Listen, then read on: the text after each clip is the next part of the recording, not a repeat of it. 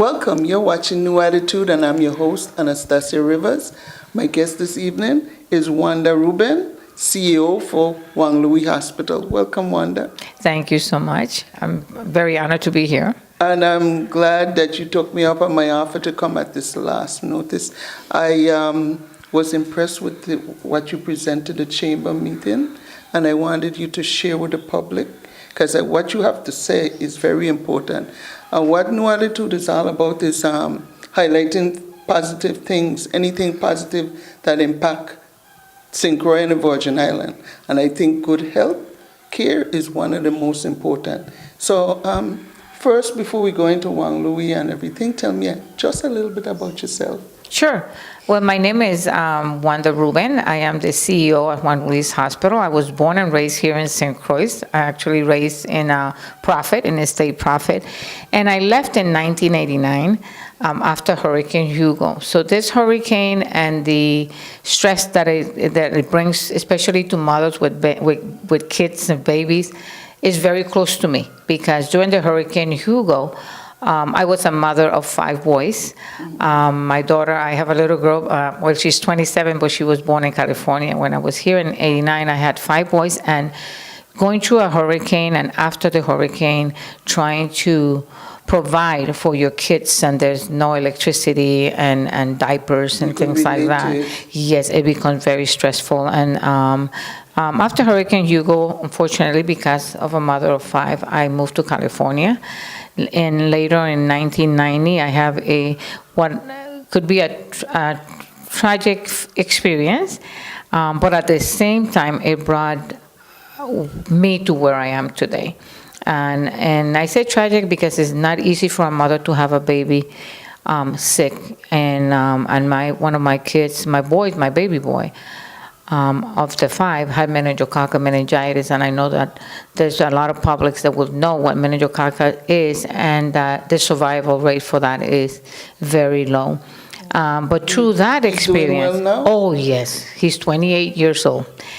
But through that experience, I met nurses that provided such a compassionate and loving care to me as a mother with my boy and to my baby, and they share that compassion that I went home and I told my husband that I wanted to do that I wanted to be able to provide that to mothers when they come in with the sick baby, to be able to comfort them like these nurses did to me.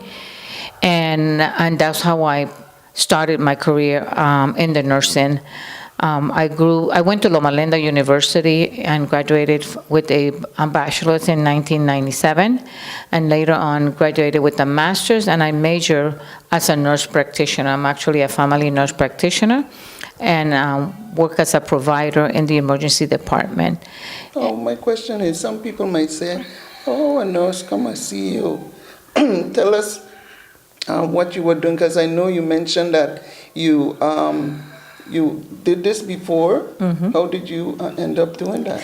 Yes, in 2001, I was honored to start working for a company in Victorville, California, Prime Healthcare. Under Prime Healthcare, I started as a nurse, and then later on moved into the director's job for the emergency department. My specialty is critical care, emergency services. And throughout my years and my career with this company, I grew within the company. I was the CNO. I also functioned as the transitional team. This facility started in 2004, acquiring the first facility. Now they have about 48, almost 50 facilities that they have purchased.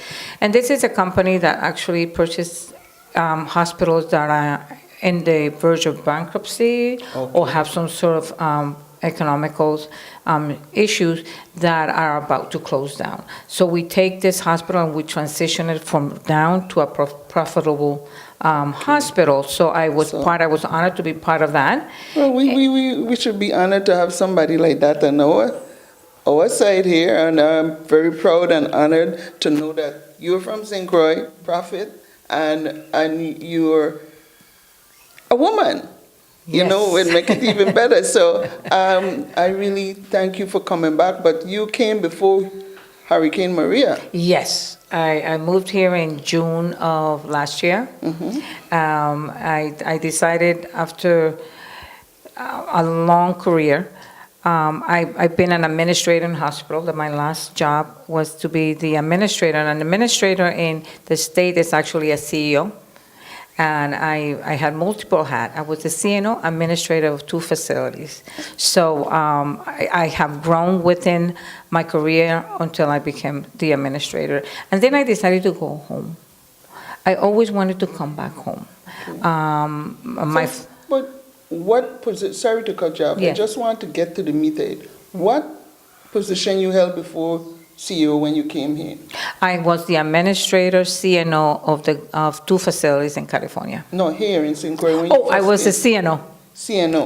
I came here as the chief Soon nursing. after you got the CEO, October 16 of 2017, after the Maria. a month after Maria, I Oh, took so you over had your as hands CEO. and plate full. Oh, yes. Okay, now, I know I see in the news that Juan Louis is really down and everything, but when I pass, I see the building look good from outside. So tell me, and I want the public to understand why it's considered not functioning as it is right now. The reason, and I'm glad you asked that question because I struggle a lot with that. As a clinician, during the hurricane, I was the CNO, and I was the witness to the damage that the hospital was suffering. And yes, the winds from Hurricane Maria did not create blowing out a window like it happened in St. Thomas. But what Maria brought to the hospital was the intrusion of water. I wish that I can share that or film it, but at that moment you don't think of filming things.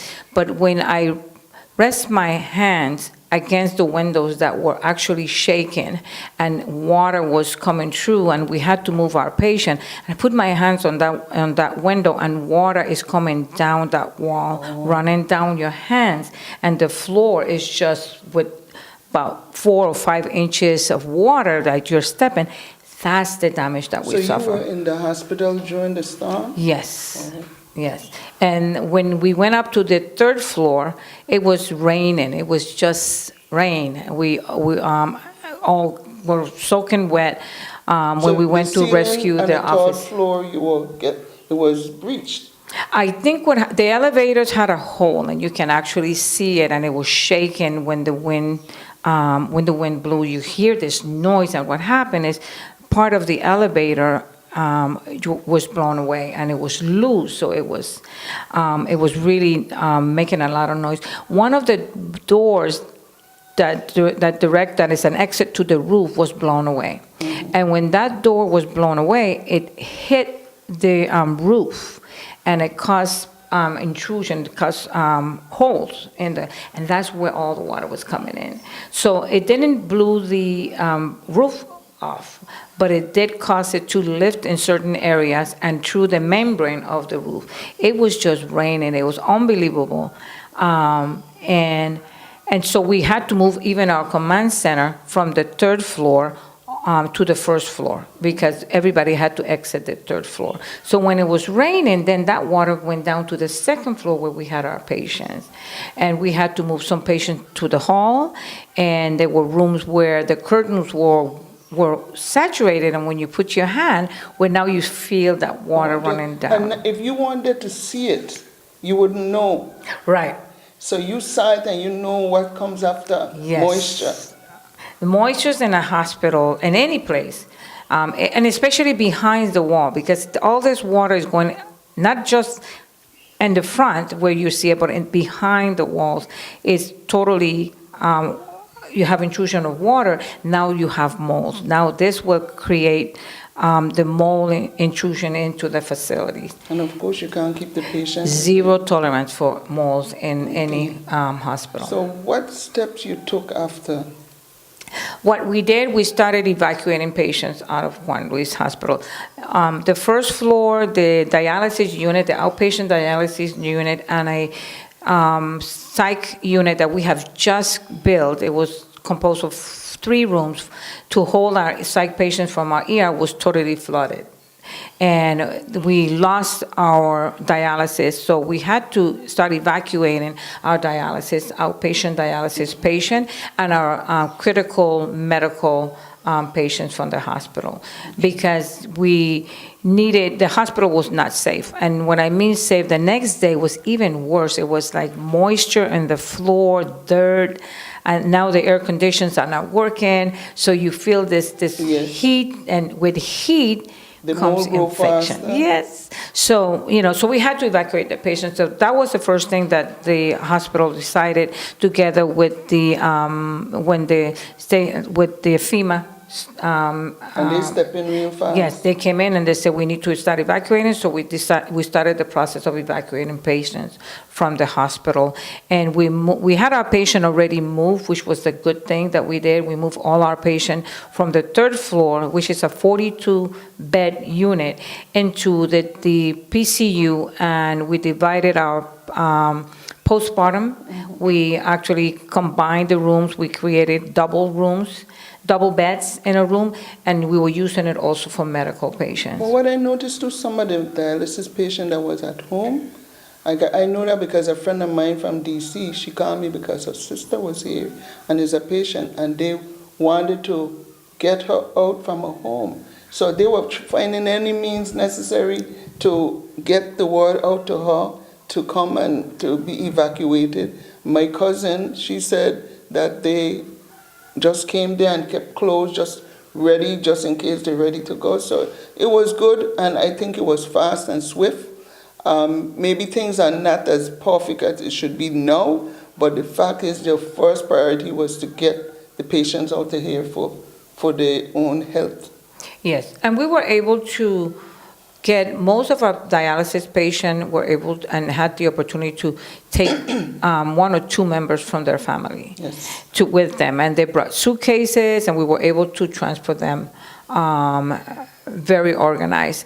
And I agree with the public. There was areas that we need to improve, and we have discussed those with FEMA, and we shared with them. And I think that Juan Luis Hospital also have to take the responsibility to learn from this experience. Of course. Because I think the biggest issue with the disconnection of families that they keep talking about was, once the patient was turned over to FEMA, what the public have to understand, this is the military, so these planes are going to a base in the state. Let's take, for example, Atlanta. Once they land in a base, in an army base or a military base in Atlanta, now they are going to allocate them to different hospitals. The dialysis patient were actually allocated to hotels. Yes, 3 hotels. Yes. I know my cousin is in one, and it's 3 different ones, and they had they told us about nurses that was checking on them and everything. So it was well efficient.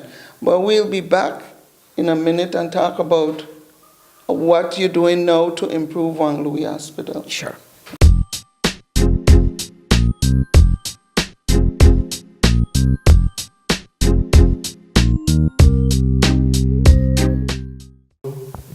Welcome back. I'm here with Ms. Wanda Ruben, CEO for Juan Luis Hospital. Earlier we spoke about the experience of the damage that Juan Luis experienced, and now what you're doing to improve the service for Juan Luis. What steps are being made right now? What we're doing right now, and we have it in 3 different phases. And phase 1 right now, what we're doing is we are bringing portables, ORs, and dialysis trailers. These were the 2 major units that had the major intrusion of water. For example, the OR is a 5 or 6 suite, what we call rooms for surgery. After the hurricane, right after the hurricane, we were down to 1. Then we were able to condition a room, terminally clean it, and we were able to open another room. Well, because of the downsizing of the OR, we had to cancel all elective or non-urgent. And When you say non-elective, what you mean? Elective are patients, let's say you need a knee replacement or an implant or something like that. Then they're outpatient, that are scheduled to come in and have surgery. Those we consider more, they're elective, they're not emergency, they're considered non-urgent procedures that can be scheduled or can be canceled. Urgent will be patients like, depending if they said a hysterectomy has to do, a hysterectomy is the removal of the wounds.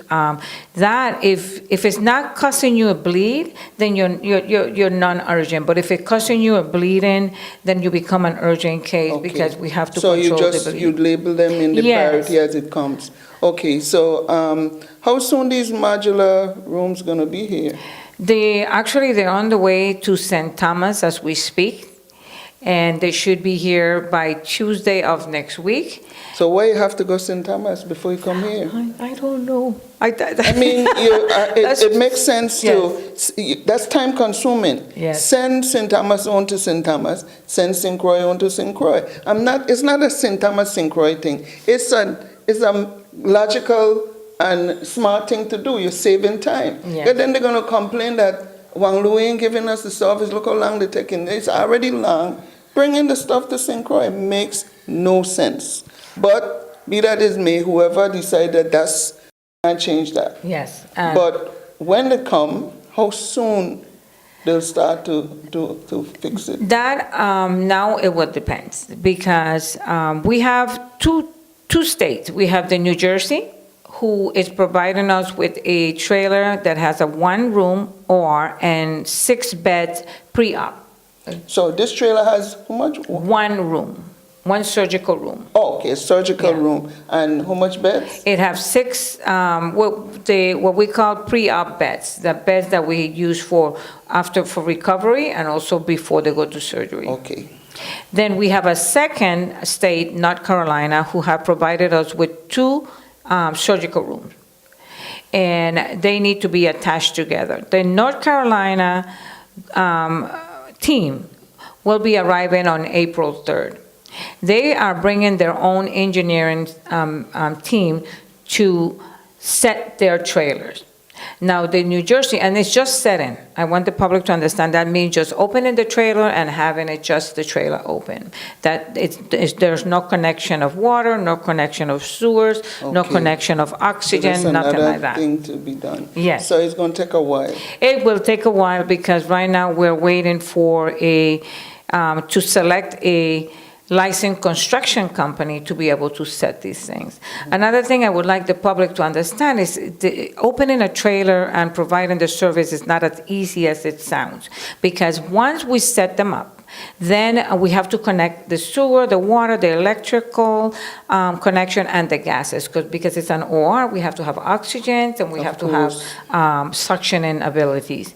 But once we set it up, now CMS have to be made aware that we are ready for them to come now and service. Inspected. Yes, so they'll do a survey and make sure that it is compliance for care. That's the same thing we have to do with the dialysis trailer. Okay. Now, my concern is we're right close to the hurricane season. These structures, will they be able to sustain the wind and whatnot? You know, that's one of my concerns. I'm not trying to sound gloom and doom, but it's reality. From what I'm hearing, it might be a little worse. I pray that it don't. But you can't tell me if it's going to be able to withstand it. Is the people that selling it or providing it could answer that. But I'm concerned about that, you know? From what they tell us, and that's the phase 2. Phase 2 is bringing the hardened structures, and that's going to be our temporary hospital for the next 3 to 4 years, depending on how soon we build or repair what exists. So you don't know if they decide to build or repair? We don't know yet, and your show would be the first one that I can share with. That just today we got the news that they have made the decision of whether it's going to be a rebuild or a repair.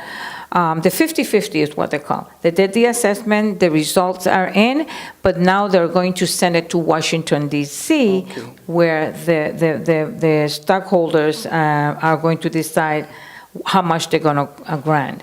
Then we should get an update, or we should hear from them by the end of April. Okay. I just wonder how you feel about having a private hospital. I know I'm going to tell you my opinion first, and then you tell me how you feel. I feel that they should get one private hospital, right, and two government-run hospitals. The reason why I'm saying that is because I hear so much things that interference with certain political people and certain different situations that is hindering a lot of stuff that could happen and make the hospital run better. And I'm saying if we have a private hospital, then people have choices, especially the ones that are insured, to get the best service possible. Not saying that the government hospital is not giving it, but what I'm saying is a lot of people, from what I hear, don't come down here. They don't want to invest coming down here because they feel that we're not providing adequate health care. I got very good service from Juan Louis Hospital, so I'm not knocking it. Every time I go there, I had good experience. But you have some areas where doctors take care of patients in the hospital that don't have insurance, and then they got the private hospital where the insured come. So I'm saying, if that's the case, then let's have a private hospital. Those same doctors could work in there, and the government could charge and raise revenue to run the two government-run hospitals. So we could have, like they say, have your cake and eat it too. So with my long feeling about that, what's your take on that? My observation as a newcomer, and I say newcomer because I practice healthcare outside of the U.S. Virgin Islands. I practice in the state. Let me say this. We talk about private, we talk about government, and we talk about the hospital, Juan Luis Hospital, and their reputation. I think that the first thing we need to do is give the team that they have placed in Juan Luis Hospital, not just me, but any CEO, I'm just talking in general, you need to allow them to do their job. So, in a sense, you're being hindered? Are you being? I think that, and this is not new to the Virgin Islanders. There's too much, when you have too many people involved in something and everybody wants to give their opinion, and here you have the person that have run a hospital before, that you have, that have the resume, that you have interviewed and you know, that have that experience, and then you have other senators, you have people in different entities that then they want to come to the hospital and tell you, well, wait a minute, you can't do this, and why are you doing that, and why are you doing this? And you're like, you spend so much time trying to answer those questions. You can't get to do your job. When you can't focus in the hospital. And since I've been in the hospital as a CNO, as a CEO, and as a patient with a family member, as a patient, I can tell you that they need to step back and let the people that know how to run a hospital run it. I don't say to lose total, because yes, you have a board that is there for a reason. Yes, you do. But you need to allow the team to do their job. And when you have people just trying to tell you, don't do this, or why are you doing that, and then stop here, and I don't want that, and a lot of it, many times, their opinion is because of personal feeling or personal preference, or it doesn't help the hospital. Since I've been here, I have to deal more with all of that than I have to deal with really what's important, which is the patient care. And people might think, oh, she talk about patient care because she's a nurse, she's just a nurse, and that's all she think about. No, I talk about the patient because that is what the hospital is. The hospital focuses in the patient. Those are our customer. If you go to H&H. I like what you just said. They are our customer. Yes. They are a customer. If you go to H&H, they're not going to talk about patient or jewelry. They're going to talk about cars and tires and doors and Because fixing. that's what they do. So, and that's what you should focus. And if you don't focus on that customer, your service around it are going to fail. Because if you focus on the patient and what they need, you're going to make sure you have the right people, the right equipment, the right financial that you need. You're going to bill correctly because you focusing in making sure that that business stays open for that customer. So now, if you're allowed to do your job without the interference, I mean, besides them, check and balance, what can you do and what do you see yourself doing then to improve healthcare? And I will continue working with my team, and I continue dealing with the things that come in, and I will answer, and I will be honest with everybody. I will be honest with the Senate. I will be honest with the board. I am definitely will be honest with the government, no matter who's up there. Because if I am not, and if I don't include them, because you include them, I don't have no problem. Come over to my office. Let's have a committee with all the senators come in. Let's have a committee. Come visit our hospital, talk to us. And I invite them over. I says, I am open to discuss the issues in the hospital. Because when you call me to this legislature just to pick and choose what you want to talk because you want the public vote, then we have a problem. Because then you're not actually dealing with what it is. The public that is giving you that vote are the customers that I'm treating. As the same customers. And they're smart enough to know that. We got some smart people in this community. Now, I know Juan Louis had some firing, and it was an unpopular thing, but can you tell me some of the reasons why some of them got fired? They were laid off. And the reason they were laid off. Yeah, the reason we laid off our employee is because the revenue in our hospital, which was already in a lot of trouble. Mm-hmm. And again, this is what the community doesn't understand. In order for this hospital to function and the doors to continue open to provide you the care, we have to look at these areas. They're not very popular areas. And this has been a discussion that the people of St. Croix have heard, and the many CEOs that are looking at this show know that it's been presented to them to do. But nobody wants to be the bad guy. Nobody wants to see themselves as island of anyone. But in a business world, sometimes you have to make that decision in order to get the business to grow stronger, and then you can start inviting those employees back. So with the cut of our revenues from 50%, you have to evacuate and all of that. We had to evacuate. Now we're not doing elective surgery. We don't have that population that we used to have. Our census went from 63 to today, I can tell you the census was 34. And imagine back then when it was recommended that they lay off people, more revenue was coming in then, so imagine it's worse now. Yes. So of course, your hands were tied, you had no choice. I walked right into that, and as a businesswoman, and as a CEO that have worked in financial, have transitioned many hospitals, I knew that needed to be done. Unfortunately, it needed to be done. And it took this CEO to make that decision and stand by it. And I tell the public, I still stand by that. And all we're doing now at Juan Luis is trying to recoup, to be able to move to the hardened structure, which we're going to be in a tight situation until we open our new doors. We have to watch what we're doing. We have to watch how we're spending our money. We have to watch how we improve in all those areas in order to keep giving that quality of care. Okay. I really appreciate you enlightening me on what's going on with Juan Louis, and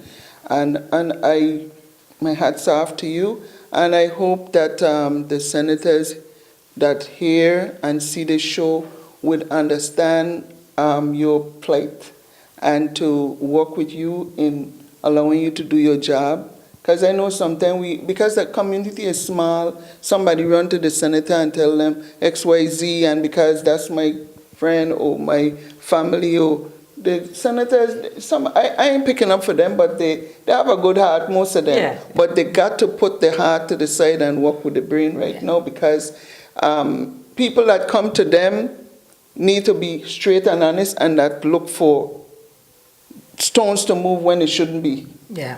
you know, or move the stone when it need to be. You know, in your case, you had to lay off some people. Yes. You know, so what I wanted to ask you, if anything, if I could have you come back on and give a follow-up. I understand you had a year contract. Yes, a year contract. And how long you with them now?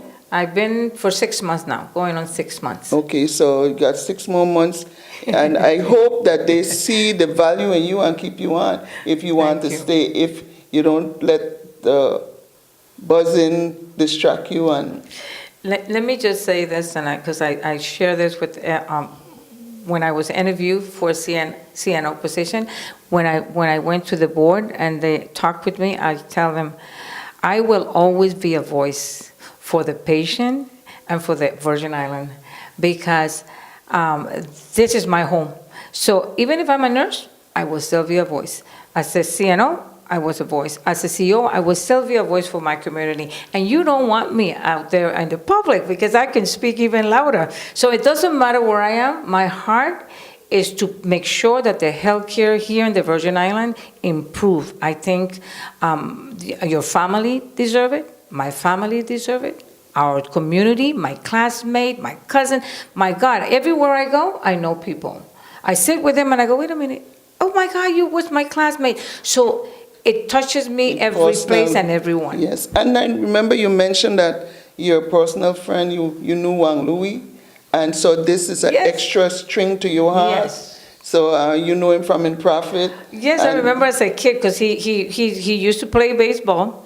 And if his family is see me, the Cruz family from Prophet, they were all in baseball. My father was the pitcher, and he used to come to my house. He used to talk to my father. My father campaigned for him.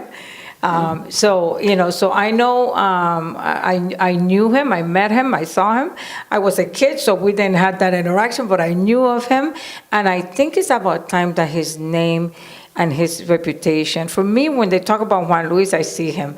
And I think that we need to improve you know, to let the public know that Juan Luis Hospital is a good hospital.